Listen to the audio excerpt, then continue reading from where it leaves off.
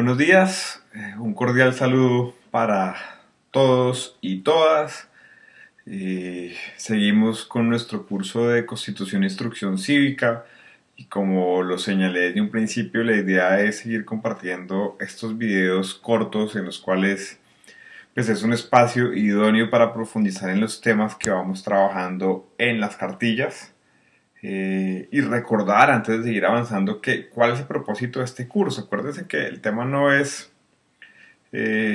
estudiar derecho constitucional, el tema no es simplemente trabajar temas cívicos, sino en realidad hacer una reflexión profunda sobre la ciudadanía.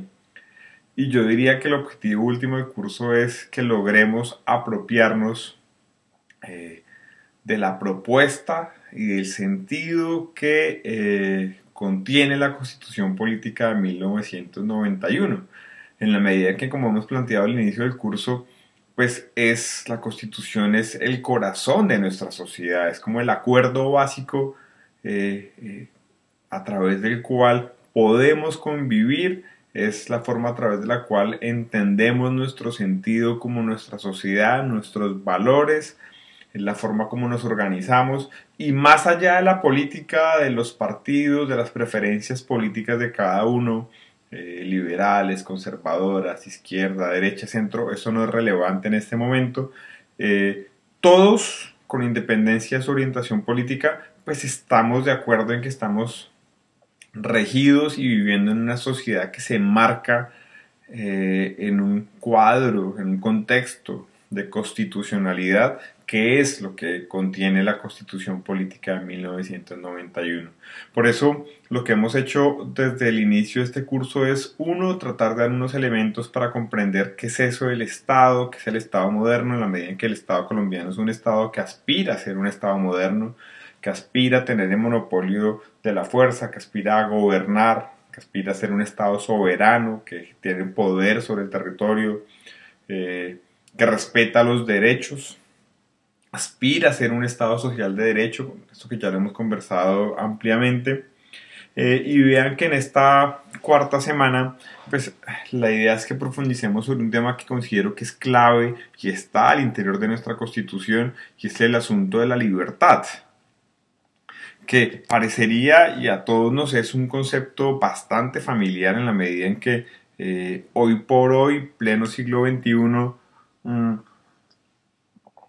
todos señalaríamos con que la esclavitud, a simple vista, ha sido erradicada del planeta. O sea, con mucha dificultad uno encuentra lugares del mundo en los cuales se sigue hablando de la esclavitud, un poco como sucedía en la época de la colonia, en la cual había todo un comercio de esclavos que provenían del África, etcétera, etcétera. Y la esclavitud uno podría decir que ha sido erradicada, de tal manera que uno diría que la libertad ha sido un logro o una conquista de la humanidad. Sin embargo, se dan cuenta que no simplemente se trata de hablar de ese tipo de libertad, porque efectivamente la libertad o la condena a la esclavitud es algo que se ha logrado en casi toda la humanidad, a pesar de que hoy se abre la trata de blancas, etcétera, etcétera. Creo que todos estamos de acuerdo hoy por hoy en el mundo en que la libertad ha sido reconocida como un derecho básico y fundamental. Pero quiero que demos un paso adelante y es profundizar en qué se trata de la libertad que propone la Constitución Política de 1991. Y es una libertad que va más allá de ser entendida simplemente como no esclavitud. O, si quieren, una libertad entendida como libertad de locomoción. Muchos de nosotros entendemos que somos libres y somos o tenemos la capacidad de movernos de un lugar a otro, a como se nos antoje. Es lo que se llamaría la libertad de locomoción. Y es, a diferencia de quienes están privados de su libertad, de las personas que han sido condenados por X o Y razón, pues esas personas uno diría no tienen libertad, están enclaustradas. Uno diría yo soy libre en la medida en que puedo moverme por el territorio, puedo decidir sobre mis actos. Eso es otro sentido de libertad. Que el primer sentido que planteábamos era libertad como no esclavitud, diríamos en eso la humanidad creo que ya ha dado grandes pasos, hoy casi todos los países reconocen una condena a la esclavitud, y les decía que a pesar de que hoy se habla que hay nuevas esclavitudes, por ejemplo con el tema de la trata de blancas, pues es algo que se condena a nivel global. El otro sentido de la libertad que mencionábamos es cuando nos referimos a la libertad como libre locomoción, y es la facultad que tiene cada uno de nosotros de decidir para dónde se mueve, qué hacer, y que se diferencia de aquella libertad de la cual han sido privadas las personas condenadas, los presos, por decirlo así. Pero no nos vamos a quedar en esos dos sentidos de libertad. Hay que dar un paso más allá y, como les decía, vamos a hablar de la libertad, de la libertad en un contexto democrático, contexto político, en un contexto de los derechos. Cuando se habla del derecho a la libertad, ¿de qué estamos hablando? Y para eso es clave, como lo encuentran en su cartilla la cuarta semana, hacer referencia a la idea de que la libertad no solamente debe ser cuidada de los gobiernos de los tiranos, que es un gran problema que hubo en la época de las revoluciones en América Latina, que era que las revoluciones de los comuneros, las revoluciones de los criollos en Colombia, por ejemplo acá en Chile fue hace un par de días la celebración de las fiestas patrias, la libertad del gobierno español. La libertad en ese contexto era entendida como la libertad de los gobiernos tiranos, la libertad de España, la libertad de los virreyes, un poco que oprimían al pueblo. Ese es otro sentido de libertad. Y está bien, un poco la humanidad lo que ha hecho es generar libertades, independencia de los gobiernos tiranos, de los malos gobiernos, de quienes oprimen, etcétera, etcétera. Pero vean que ya para final del siglo XIX, ya cuando gran parte de los países en América Latina han logrado sus procesos de independencia, la mayoría de los procesos de independencia en América Latina son de principios del siglo XIX, desde principios de 1800, 1800 hasta 1820, por ahí. Ya se ha logrado la independencia. Comienza a aparecer una gran reflexión a final del siglo XIX, es decir, ya es cuando nos acercamos hacia 1900. Y es una reflexión que está incluida en su cartilla y está bastante clara, y es cuando John Stuart Mill, un teórico, Mill, comienza a hablar de la tiranía de la mayoría. Vean que acá ya no se trata simplemente de un gobernante que es un tirano, sino cuando la mayoría es tirana. ¿Qué quiere decir eso? Y es en nuestros contextos democráticos, y es una reflexión bastante válida para hoy. Cuando estamos en un contexto democrático como el nuestro, en el cual afirmamos que ya no gobierna simplemente un tirano, un rey, sino que gobierna democráticamente la mayoría, aparece un nuevo y gran peligro, y es que la mayoría oprima a las minorías. Es decir, que se pase por encima de la libertad que tiene cada uno de decidir acerca de su propia vida, acerca de su propia conciencia, y las mayorías acaben pisoteando esa particularidad de las minorías o de las personas en singular que viven de otra forma. Esa es la libertad en la cual quiero que profundicemos el día de hoy. Entonces vean que esa es la libertad en un sentido democrático y vista desde la perspectiva de los derechos. Entonces, en nuestra Constitución, la Constitución de Política de Colombia, cuando se habla de la defensa de la libertad, no está simplemente haciendo alusión a que no permite la esclavitud. Obviamente no permite la esclavitud. No se trata simplemente que garantiza la libertad de locomoción. Evidentemente la misma Constitución lo dice. Los colombianos somos libres de movernos por todo el territorio nacional como queramos. Y no solamente está señalando la necesidad de que los colombianos vivamos en libertad de un gobierno que sea tiránico. Todo eso está incluido. Pero la Constitución, sobre todo cuando está haciendo énfasis en que es una Constitución que da y que garantiza la libertad, está hablando que es una Constitución que da garantías a las minorías. Es decir, de que las mayorías no se van a imponer sobre las minorías. Y con esto, para aterrizarlo, traigo un ejemplo. Ya hemos hablado, creo que en el video anterior, sobre la pertinencia o la importancia de entender de que nosotros hoy por hoy, no solamente Colombia, sino creo que casi todas nuestras sociedades en el mundo somos y vivimos en sociedades plurales. Una sociedad plural es una sociedad en la cual hay una riqueza enorme, diferentes formas de vida, diferentes formas de ver el mundo, diferentes valores, diferentes formas de vivir, de existir, etcétera, etcétera, etcétera. Y uno encuentra sociedades que tienen una expresión mucho más fuerte de eso, sociedades que han sido compuestas por migrantes, por ejemplo, se ve fuertemente ese contraste entre diferentes formas de vida, diferentes formas de ver el mundo, de existir, etcétera, etcétera.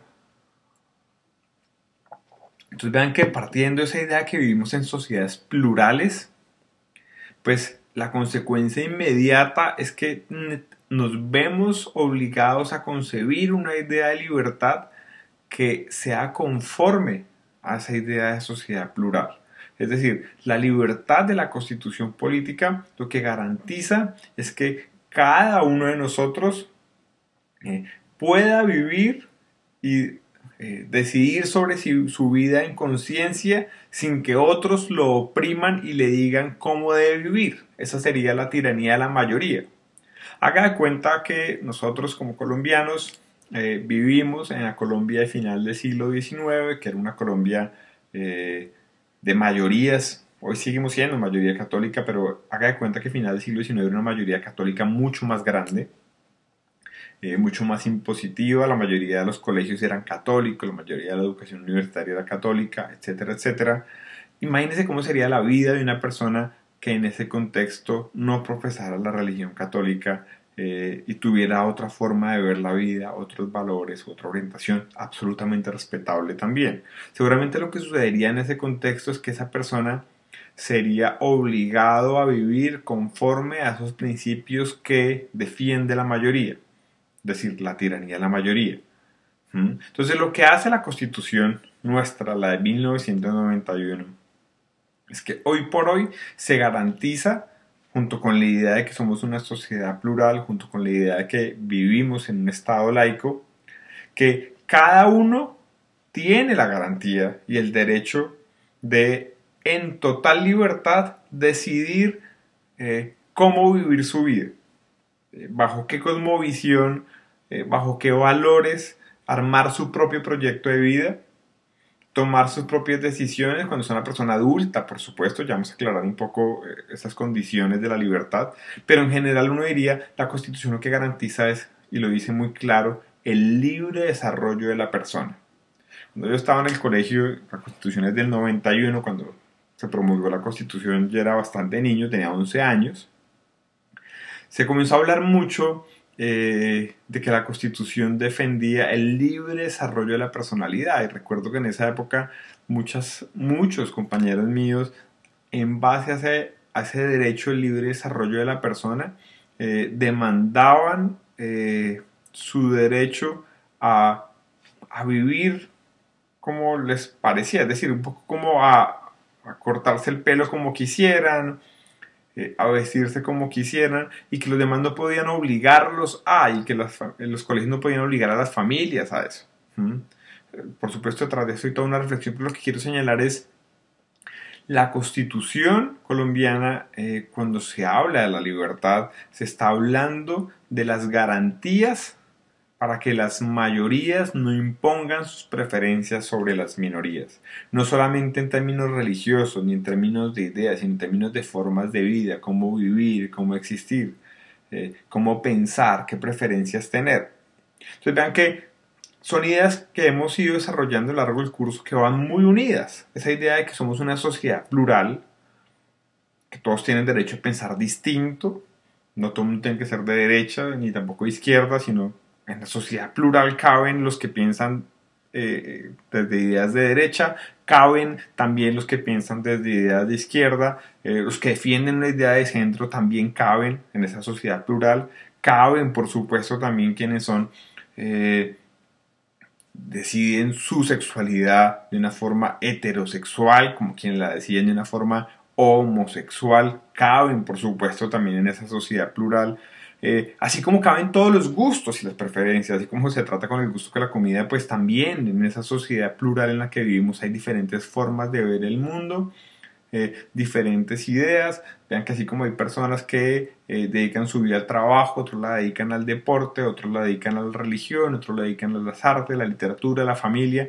Unos quieren casarse, otros no, unas mujeres sí, otros no, otros se casan, otros se separan. Es decir, somos una sociedad mixta, plural, diversa, y esa es la riqueza de la sociedad. Entonces, de la mano esa idea de pluralidad, vean que va también esa idea del Estado laico, y es que el Estado no puede adoptar las ideas de una religión para imponerlas, sino el Estado, por decirlo así, es neutral para que pueda darse esa pluralidad, y a la vez esas dos ideas de sociedad plural y Estado laico van muy de la mano con esta otra idea de la libertad, y es cada uno de nosotros como ser humano cuando es adulto, y diríamos en la Constitución colombiana uno es adulto cuando tiene 18 años, y ser adulto no es simplemente tener el derecho al voto, sino el ser adulto mayor de edad significa que soy una persona con derechos, pero también con deberes, pero sobre todo significa que soy una persona con conciencia, que soy capaz de hacerme responsable de mis decisiones.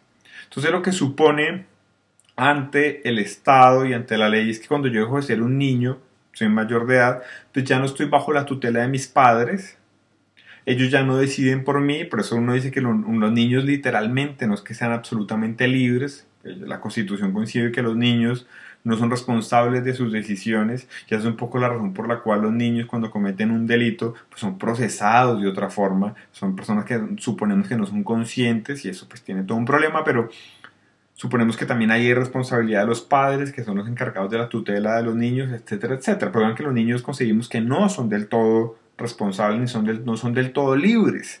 No hacen lo que quieran, por decirlo así, porque se están formando en responsabilidad, se están formando en conciencia de sus decisiones. Entonces, la misma Constitución supone que quien tiene plenos derechos y plenos deberes y plenas responsabilidades somos los adultos, personas mayores de 18 años, y quienes podemos decidir sobre nuestra vida. Y lo hacemos y decidimos porque tenemos conciencia, somos responsables del peso de nuestras decisiones. Entonces, en ese contexto de responsabilidad aparece otra palabra, y la palabra autonomía. La autonomía va de la mano de la libertad, y es yo como ser autónomo tomo decisiones, me hago responsable de mí mismo, me hago responsable de las consecuencias de mis decisiones, y vivo, y el Estado me garantiza que yo voy a vivir conforme me lo dicte mi propia conciencia. Yo puedo tomar mis propias decisiones. Y lo hago siempre y cuando, uno, no me haga daño a mí mismo ni haga daño a los demás. Esos son los principios que guían la libertad en un Estado democrático y plural. Aceptamos que vivimos en sociedades plurales donde las personas pueden tomar decisiones como quieran, siempre y cuando no me haga daño a mí mismo y no haga daño a los demás. Si yo me hago daño a mí mismo, así sea en mi propia vida, el Estado no lo permite, que es cuando sucede cuando las personas, por ejemplo, caen en graves estados de alcoholismo, de drogadicción, pues el Estado interviene en la vida de la persona. Y ahí aparece una figura dentro del derecho que se llama el interdicto. Si algunos de ustedes estudian derecho, así uno sea adulto o mayor de edad, cuando el Estado o los jueces declaran que yo soy una persona interdicta, significa que yo no soy responsable, que no supe administrar mi responsabilidad, luego el Estado interviene en mi responsabilidad y casi que me trata como si fuera un niño de nuevo. Entonces, porque una, me estoy haciendo daño o estoy haciendo daño a otros. Eso sucede, por ejemplo, cuando las personas caen en graves estados de adicciones, por ejemplo, los declaran interdictos, problemas de demencia, etcétera, etcétera.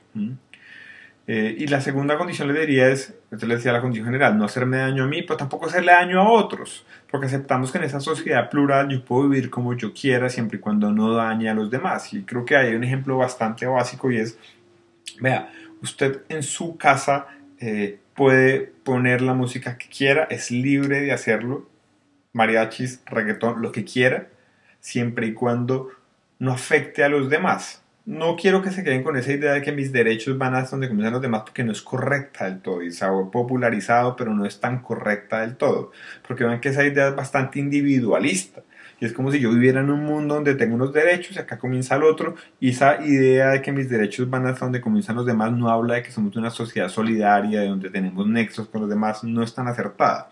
Es preferible hablar de que yo tengo derechos y libertades absolutas. Tengo derecho a todo, siempre y cuando no me haga daño a mí y no haga daño a otros. Eso es un poco lo que controla la ley. Que mi libertad, en el ejercicio de mi libertad, no haga daño a los demás. ¿Mm? Entonces, esas son las condiciones de la libertad. Y a partir de eso, vean que podemos examinar la idea de libertad en nuestras sociedades modernas. Y es, por ejemplo, alguien diría, ¿por qué el Estado permite que se venda alcohol? Uno, el Estado no permite que se le dé alcohol a los niños menores de 18 años. ¿Por qué? Porque presumimos que estas son personas que no son conscientes del todo del consumo que tienen del alcohol. Diríamos que no son del todo responsables de sus decisiones, todavía están bajo la tutela de sus padres. Luego ahí hay unas restricciones, el Estado no les permite el consumo del alcohol. Pero la persona ya alcanza la mayoría de edad, suponemos que ya en una suposición general, que esa persona ya ha logrado un mínimo de responsabilidad y de autonomía, de hacerse responsable de sí mismo. Luego puede consumir alcohol. ¿Mm? Esa persona puede hacerlo siempre y cuando no haga daño a los demás, ni se haga daño a sí mismo. Si esta persona en el ejercicio de su libertad, por ejemplo, el consumo de alcohol, cae en el alcoholismo, se hace daño a sí mismo, el Estado puede intervenirlo, puede declararlo interdicto, etcétera, etcétera. Si hace daño a los demás, que no es un delito ser borracho, o emborracharse no es un delito, el delito puede ser, o el problema puede ser que usted le haga daño a otros, sea violento, afecte la propiedad de los otros, haga escándalos, ahí ya es un problema. Entonces vean que, como les decía, la libertad es absoluta. Tienen derecho a vivir como quieran siempre y cuando no hagan daño a los demás, ni nos hagamos daño a nosotros mismos. ¿Claro hasta ahí? Bien, eso me parece importante, pero si lo vamos a llevar a otras situaciones, véanlo desde este punto de vista, y es, ¿por qué el Estado no puede prohibir, por ejemplo, que las personas sean homosexuales? No puede prohibirlo porque cada persona toma las decisiones como quiera, en libertad. Y ve la vida como quiera y desarrolla su personalidad como se le dicta su propia conciencia. Y hay una palabra que señalaba Carlos Gaviria permanentemente en sus conferencias, y es que el Estado no puede ser paternalista. El paternalismo del Estado va en contravía de la libertad individual. El Estado paternalista es el Estado que le dice a la gente cómo vivir, qué hacer, cómo desarrollar su vida. El Estado, puedo decirnos, ojalá todos los colombianos estudiáramos una carrera y estudiáramos una ingeniería y fuéramos muy productivos y hiciéramos deporte y no consumiéramos alcohol, por ejemplo, y fuéramos muy deportistas y fuéramos a misa todos y ojalá todos aprendiéramos 5 idiomas y fuéramos muy trabajadores, pero no puede obligarnos, porque en la libertad cada uno está a decidir cómo quiere desarrollar su vida. El Estado lo máximo que puede hacer es tratar de que yo no me haga daño ni que haga daño a los demás. Ese es el principio de la libertad individual. Pues bien, este elemento me parece que es clave ya para lo que se viene la siguiente semana. Recuerden que al finalizar esta semana 4, respecto a la libertad, va a haber un pequeño quiz parcial que incluye los temas abordados en la semana 1, 2, 3 y 4. En la semana 5 tendremos el foro, ya en su debido momento lo explicaré, aunque ya les envié un correo un poco señalando las instrucciones del foro. Igual las instrucciones no solamente están en el correo que les envié, sino también en el aula, en la parte del foro, ahí están las instrucciones escritas junto con las columnas que hay que leer. Vean, para finalizar, un ejemplo más sobre esto de la libertad. Prostitución y juego, y el juego, que son dos ejemplos que incluso trata John Stuart Mill en su texto sobre la libertad. ¿Por qué un Estado o una sociedad como la colombiana y muchas otras no condenan la prostitución? En muchas ciudades, como Bogotá u otras, la prostitución se ejerce. De hecho, popularmente decimos que es el oficio más viejo del mundo. ¿Por qué el Estado permite que eso suceda? Uno, la prostitución no es un delito. Es un delito si lo ejercen menores de edad. Ya vimos por qué, y es las menores de edad o los menores de edad, que no solamente la prostitución es un asunto de mujeres, sino también de hombres. Si lo ejercen menores de edad, ahí hay un problema, y es que los menores de edad deben ser protegidos. Acuérdense que es el mismo caso que cuando un menor de edad consume alcohol, no es consciente porque las decisiones que está tomando, no es responsable del todo, no es autónomo, luego ahí el Estado no lo puede permitir. Pero si se trata de hombres y mujeres que son adultos, ¿cuál es el problema con que lo hagan? Uno, no hay delito. No hay ningún delito que diga que la prostitución no es. En nuestros tipos de estados, que son estados modernos, democráticos y demás, cada uno vive su vida como quiere. ¿Cuándo es delito? Cuando otra persona explota a un grupo de hombres o a un grupo de mujeres. Es decir, se constituye el delito cuando, por ejemplo, hay alguien que explota a un grupo de mujeres o a un grupo de hombres y los prostituye a ellos para enriquecerse personalmente. Ahí ya hablamos de una explotación y una nueva forma de esclavitud. Ahí sí hay delito. Pero el delito no está en las mujeres o en los hombres que ejercen la prostitución, sino en quien en realidad los está explotando. La madame famosa que hablaban hace unos días en medios colombianos en Cartagena, por ejemplo, ahí hay delito. Pero en las mujeres que sin saber por qué situación lo hacen, porque quieren, porque necesitan, no sabemos, lo hacen y son adultas y mayores de edad, ahí no hay delito como tal. ¿Por qué? Porque el Estado lo máximo que dice es cada cual es dueño de su propia vida, siempre y cuando no haga daño a los otros ni se haga daño a sí mismo, está en libertad de hacerlo y de ejercerlo. Hasta ahí iríamos, el Estado lo máximo que hace es controlar el fenómeno. Obviamente el Estado no quiere que la sociedad esté llena de prostitución, obviamente no. ¿Qué hace el Estado? Controla. En el caso, digamos, por ejemplo, en Bogotá hay una zona, imagino que en las ciudades hay una zona que se llama una zona roja o una zona de tolerancia, el Estado controla a que esa actividad se ejerza en unos límites, no quiere que se expanda por toda la ciudad, el Estado controla esos espacios. Un poco igual como sucede, por ejemplo, con el consumo del alcohol. El alcohol no está hecho para que se consuma en todos lugares, sino en bares o en lugares específicos. El Estado no quiere que todos sean alcohólicos, pero permite la libertad a los individuos para que consuman si así lo quieren. ¿Mm? Bien. Y el otro ejemplo es que el juego, casinos, apostar, etcétera, exactamente igual. Por ejemplo, en el caso de Colombia, el juego es legal cuando paga impuestos, el juego es ilegal cuando evade impuestos, pero la actividad en sí misma de jugar no es un delito. ¿Mm? Comienza a ser problemática cuando la ejercen menores de edad, o dos, cuando una persona, los famosos ludópatas, la gente enferma por el juego, pues pierde toda su riqueza y el Estado o sus familias dicen, oiga, usted hay que volverle un interdicto, usted no supo administrar su libertad, el Estado lo interviene. Pero el resto ven que el Estado, a pesar de que sabe y como sociedad sabemos que el juego no es una virtud, el juego es un vicio, el juego no está bien visto, pues lo permiten a medida que las personas son libres de decidir qué hacer con su vida.